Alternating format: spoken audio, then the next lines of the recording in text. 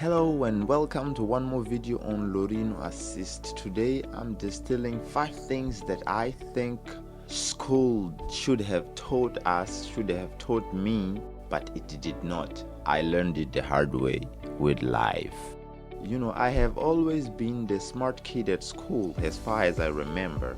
My colleagues shall not let me lie here if I wasn't, but I believe I have been at least at the top 10 of almost all classes I have been to, and all of those classes had at least 30 people. So top 10 is a pretty good rating. And before we talk about what the school missed out on us, let us acknowledge what we actually did learn at school. I definitely couldn't be able to read and write and couldn't count without the school.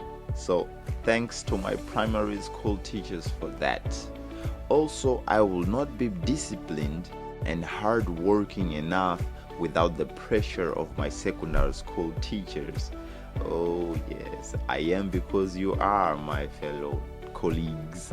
Thank you.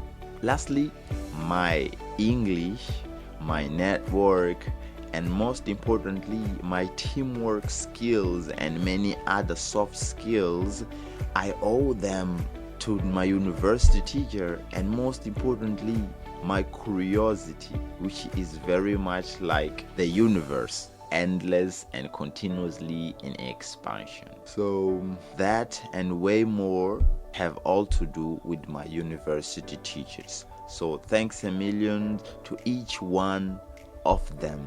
If you also have some stuff to share, you can reach out to me on the comments, and we can make a sort of a mural or something like that in appreciation for those beloved teachers. So let's go to the 5 things I did not learn at school. The first thing I learned the hard way was that it is okay to make mistakes and even to fail. If I said that to my early school teacher, we would argue forever. We would basically agree to disagree. At school, if you make mistakes, you miss the year and you get bad grades, right? I understand that's a system, but that's quite the opposite of life, because in life, mistakes and failures are what shape us. It teaches us and makes us better and stronger. So a thumbs up for all our mistakes and all the failures that we have been through, because they made us who we are today. The second thing is, at school, if you have a task or an assignment that is not a group work, that means to be individually, or a test. So if you have those tasks and assignments and you ask for help, you are basically cheating, right? And you will probably be punished accordingly. But out there, life is way better if we help each other and if we benefit from other qualities and resources. We don't have all the knowledge and information, so cooperation is second nature. Up to today, I cannot understand how this is so bad at school, how the schools haven't applied this. But we are still to find a way to promote cooperation without compromising the personal responsibility of each one at school. So with that, let's go to number 3. So out here in real world, I have learned that I can always find the easier way out. But at school, that is being lazy. Deep down, I might feel like, yeah, it might be it. Well, what I'm trying to say is that hard work doesn't always translate into better results. There are times in life when we need to work smart, use the knowledge and the resources we have to do things faster, and who knows better than if we followed all traditional ways. At the end of the day, what really matters is if we get what we want or not. Fourth thing.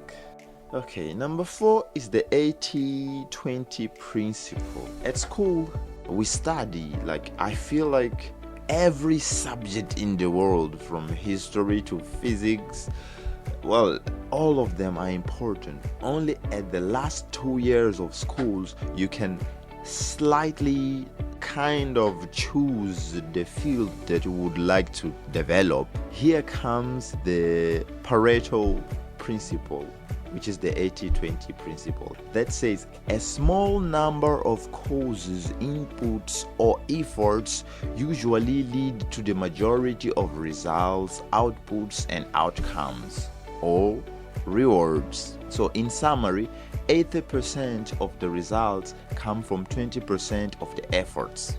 Whoa, I hope you got that. I will just repeat.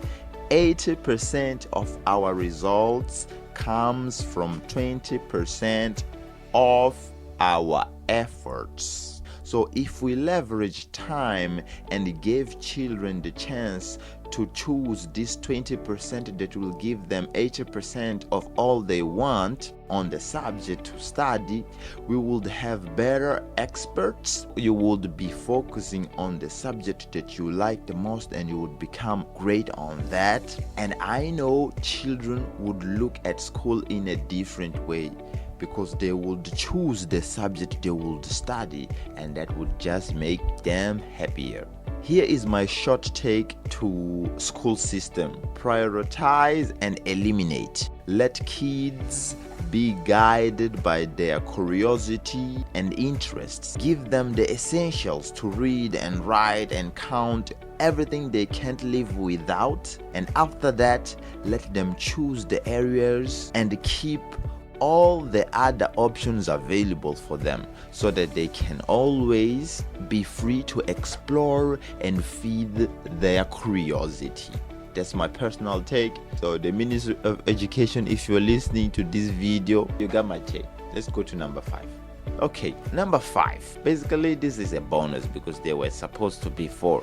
The bonus for today is a lesson I have learned after I went back to school, but this time as a teacher. If you are a student, listen to this.